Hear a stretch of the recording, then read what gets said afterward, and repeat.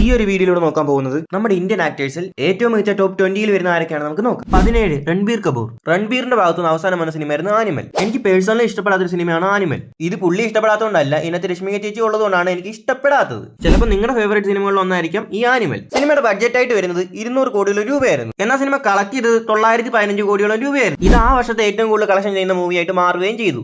ഇനി അടുത്ത് വരാനിരിക്കുന്ന സിനിമ ഏതാ നോക്കിക്കഴിഞ്ഞാൽ രാമായണ. ഇപ്പൊ ഇറങ്ങിയ ടീസർ കണ്ടപ്പോൾ പലരും പറഞ്ഞു പുള്ളി രാമനായിട്ട് ആപ്റ്റ് അല്ലെന്ന്. കൂടുതലും നോർത്തിൽ നിന്നായിരുന്നു പുള്ളി ഒട്ടും രാമനായിട്ട് ആപ്റ്റ് അല്ലെന്ന് പറഞ്ഞുകൊണ്ടിരുന്നത്. ആക്ടിങ്ങിന്റെ കാര്യത്തിൽ പുള്ളി വേറെ ലെവലാന്നുള്ള കാര്യം നമുക്ക് അറിയാവുന്ന കാര്യമാണ്. പിന്നെ സിനിമയുടെ VFX-ഉമായിട്ട് കമ്പയർ ചെയ്യുന്നത് പ്രഭാസിന്റെ ആദ്യ പുരുഷമായിട്ടാണ്. ഒന്ന് ഓർക്കണം, ജസ്റ്റ് സിനിമയുടെ ടീസർ മാത്രമേ ഇതുവരെ വന്നിട്ടുള്ളൂ. സിനിമ ഇനി റിലീസ് ചെയ്യാനായിട്ട് 7 മാസത്തോളം ബാക്കിയുണ്ട്. ഇത്രയും സമയമുള്ളതുകൊണ്ട് സിനിമയുടെ പോരായ്മകളൊക്കെ മാറ്റിയിട്ട് അവർ നല്ല രീതിക്ക് എടുത്തു വെക്കുമെന്ന് നമുക്ക് പ്രതീക്ഷിക്കാം. രാമായണ 2 പാർട്ടായിട്ടാണ് ചിത്രീകരിച്ച് വെച്ചിരിക്കുന്നത്. ഇതിന്റെ ഫസ്റ്റ് പാർട്ട് ഈ വരുന്ന ദിവാലിക്കും സെക്കൻഡ് പാർട്ട് അടുത്ത വർഷത്തെ ദിവാലിക്കാണ് റിലീസ് ചെയ്യാൻ പോകുന്നത്. 2 പാർട്ടിന്റെ കൂടെ ബഡ്ജറ്റ് ആയിട്ട് വരുന്നത് 4000 കോടി രൂപയാണെന്നാണ് അറിയാൻ സാധിക്കുന്നത്. അപ്പോൾ ഓരോ പാർട്ടിനും 2000 കോടി വെച്ചായിരിക്കും ബഡ്ജറ്റുകൾ വരുന്നത്. സിനിമ അറ്റ്ലീസ്റ്റ് ഒരു ഹിറ്റെങ്കിലും ആണെങ്കിൽ 3000-3500 കോടിയെങ്കിലും കളക്ട് ചെയ്തിരിക്കണം. ഇപ്പോഴേ വേൾഡ് വൈഡ് ആയിട്ട് പ്രൊമോഷൻ സ്റ്റാർട്ട് ചെയ്താൽ ചിലപ്പോൾ പറ്റിയേക്കാം. പുള്ളി ഇപ്പൊ നോർത്തിലെ സൂപ്പർ സ്റ്റാർ ആവാനായിട്ട് പരിശ്രമിച്ചുകൊണ്ടിരിക്കുകയാണ്. പക്ഷെ പുള്ളിക്ക് കോമ്പറ്റീഷൻ ആയിട്ട് മറ്റൊരാളും കൂടെ വരുന്നുണ്ട്. അടുത്തത് അയാൾ. ഇതിന്റെ ഫുൾ വീഡിയോ താഴെ കൊടുത്തിട്ടുണ്ട്, എല്ലാവരും കയറി കാണുക.